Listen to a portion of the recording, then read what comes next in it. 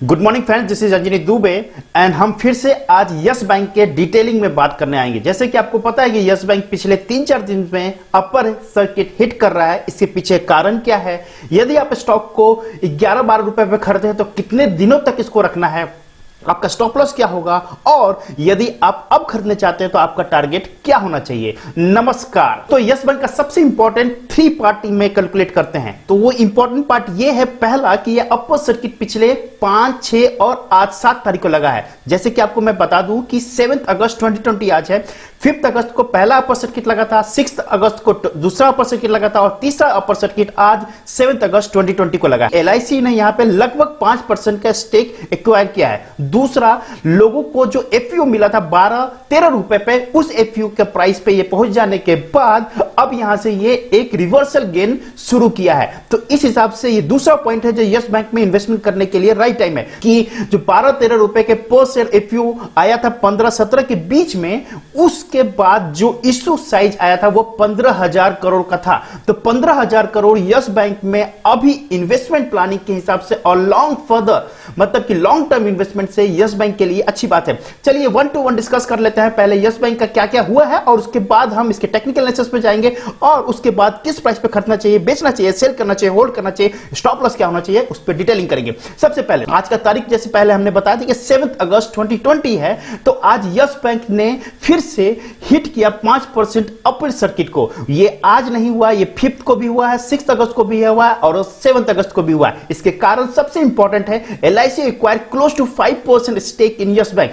India में insurance में सबसे लीडिंग कंपनी है और यदि वो यस बैंक में इंटरेस्ट दिखा रहा है तो डेफिनेटली यस बैंक का कुछ तो समय बदलने वाला है। तो Yes Bank acquire close to 5% stake in Yes Bank, जो अच्छा न्यूज है। और ठीक आज 7 अगस्त 2020 को भी यस बैंक ने फिर से 5% अर्ली मॉर्निंग ही अपना अपर सर्किट लगा लिया।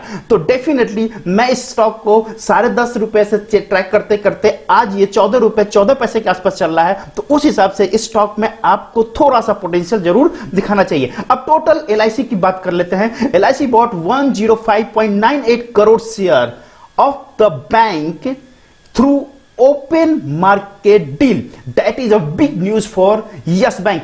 105 करोड़ शेयर ओपन मार्केट से खरीदा है। ओपन मार्केट का मतलब रिटेलर भी हो सकते हैं, इंस्टीट्यूशनल भी हो सकते हैं, लेकिन जिससे भी खरीदा है एलआईसी ने, डेफिनेटली मार्केट के लिए अच्छा न्यूज है। और इस स्टेक के बाद जब एलआईसी के पास प्रीवियस स्टेक्स था 0.759% का, अब वो बढ़ के करीब करीब 5% हो गया है दोस्तों। तो यस बैंक यहां पे एक अच्छा पोटेंशियल दिखा रहा है और एलआईसी ने जब इन्वेस्टमेंट किया तो ये एक अच्छा पैटर्न मान सकते हैं। तो प्रमोटर्स के पास यहां पे शून्य है।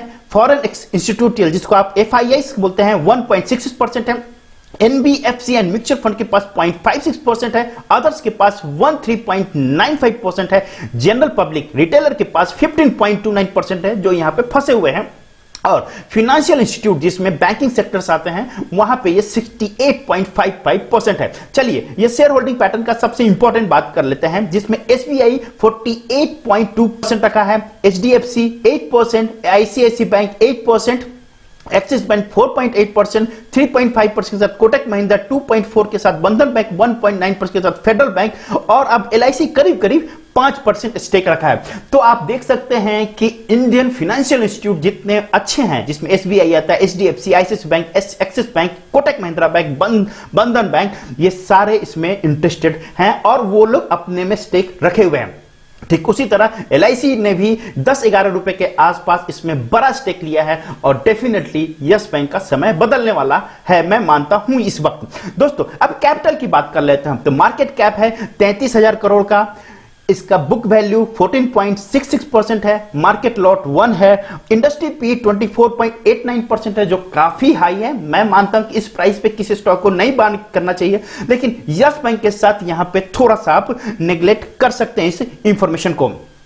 प्राइस स्लैश बुक 0.92 है, जो डिसअपॉइंट हो सकता है। फेस वैल्यू 2 है और डिलीवरेबिलिटी 41.70% है। ये तो हमने मार्केट कैप और थोड़े से इसके फंडामेंटल बात की है, लेकिन सेंटिमेंट किधर जा रहा है। 94% लोग का मानना है कि बाई करना चाहिए, 5% लोगों का मानना है कि सेल करना चाहिए और 1% लोगों का मानना है कि इसे होल्ड करना चाहिए। तो these are the technology which we know understand कि कैसे यस बैंक को आप अपने एंगल से देखते हैं और समझने की कोशिश करते हैं, लेकिन ये एक बेसिक फंडामेंटल था जिससे यस बैंक को आपको बाई करना चाहिए। मेरा मानना है कि 10-11 रुपए पे यदि फंडामेंटली स्टॉप लॉस लगाइए और इसको लॉन्ग टर्म के लिए बाई कीजिए, और फंडामेंटली ये 26 रुपए के टारगेट के लिए आप रख सकते हैं। लेकिन टेक्निकल एनालिसिस क्या बोलता है, चलिए वो समझने की कोशिश करते हैं। दोस्तों, यस बैंक का करंट प्राइस 14 रुपए 10 पैसा चल रहा है। जैसे कि मैंने बताया कि आज 7 अगस्त 2020 है और ये अपर सर्किट ऑलमोस्ट हिट कर चुका है, और ये जिस हिसाब से 5 तारीख को हिट किया था उसी तरह से 6 तारीख को भी हिट किया और ठीक आज 7 अगस्त 2020 को भी हिट किया है। दोस्तों, यहां पर ओपन प्राइस था 14 रुपए, हाई बना है 14 रुपए 10 पैसे का, लो बना है 13 रुपए 85 पैसा का, प्रीवियस क्लोज था 13 रुपए 45 पैसे, और वॉल्यूम है 20,56,90,268, जो सबसे बड़ा नंबर है अब तक। मुझे यह लग रहा है कि डे ट्रेडिंग की बात करें तो इससे बड़ा नंबर कोई नहीं है, लेकिन यह तो हमने सिर्फ डे ट्रेडिंग के पर्सपेक्टिव से बताया जहां पे 5% हिट कर दिया है अपर सर्किट, तो आप बाई और सेल अब नहीं कर सकते हैं।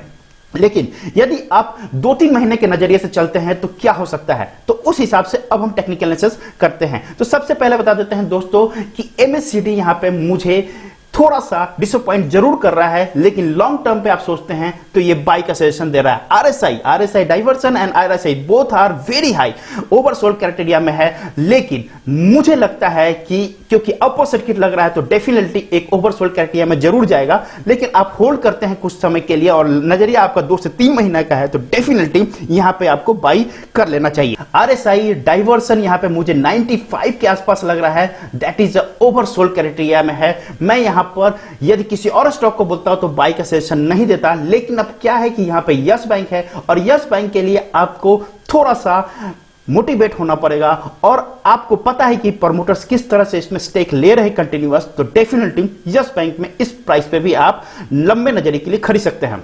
लेकिन ठीक है, ये प्राइस की बात करते हैं जहां पर एफपीओ बात आई थी। एफपीओ आपको पता है कि 15 जुलाई से 17 जुलाई के बीच में आया था, 15,000 करोड़ का इशू था, फेस वैल्यू 2 रुपए था और 12 से 13 रुपए पर शेयर इक्विटी था। दोस्तों, जैसे ही एफपीओ 17 जुलाई को खत्म हो गया उसके बाद ये एक हाई बनाया था 22 रुपए का, और 22 रुपए के बाद ये एक डाउन ग्रेड किया है। इसके कारण क्योंकि ये एफपीओ के प्राइस पे साइडवेज पैटर्न में चला गया था। अब साइडवेज पैटर्न के बाद ये एक अपवर्ड मूव की ओर कंटिन्यूस जा रहा है। इसके पीछे 2 कारण है, एक तो एलआईसी जो 5% स्टेक लिया है, दूसरा ये हर दिन एक अपर सर्किट लगा रहा है, और इस अपर सर्किट के चक्कर में क्या हो रहा है कि रिटेल इन्वेस्टर बाई नहीं कर पा रहे हैं। ओवरऑल मेरा मानना है कि आप स्टॉक को अब 13 रुपए के स्टॉप लॉस पे खरीद सकते हैं।